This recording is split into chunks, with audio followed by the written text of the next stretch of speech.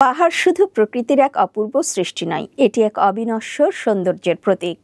সবুজে মোড়ানো পাহাড়ের চূড়া, মেঘের স্পর্শ, বয়ে চলা ঝর্ণার সুর, এসব যেন প্রকৃতির এক মায়াবী কবিতা। তাই তো পুরাতন বছরকে বিদায় জানিয়ে নতুন বছরকে বরণ করে নিতে উৎসুক রাঙামাটির ক্ষুদ্র নৃগোষ্ঠীরা। বহু জাতিসত্তার বসবাসের নগরী ও ভিন্ন সংস্কৃতিতে ভরপুর পার্বত্য চট্টগ্রামের রাঙামাটি জেলায় বিজু উৎসবের শুভ সূচনা হয়েছে। বৈশাখী উৎসবকে ঘিরে রাঙামাটিতে চলছে বিজু মেলা।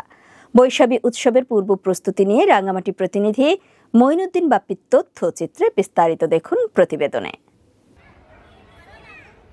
আর কদিন পরে পাহাড়ে বসবাসকারী ক্ষুদ্র নৃগোষ্ঠীর ঐতিহ্যবাহী প্রধান সামাজিক উৎসব বৈশাখী।